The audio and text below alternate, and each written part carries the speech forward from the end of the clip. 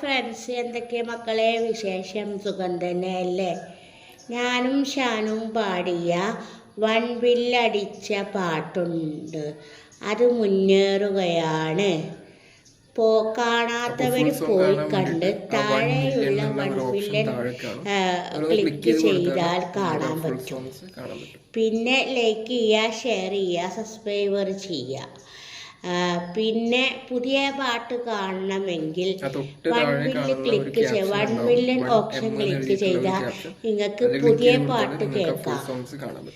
പിന്നെ ഞങ്ങളെ സൗഹൃദം ഇഷ്ടപ്പെടുന്നവർക്ക് സപ്പോർട്ട് ചെയ്യാം.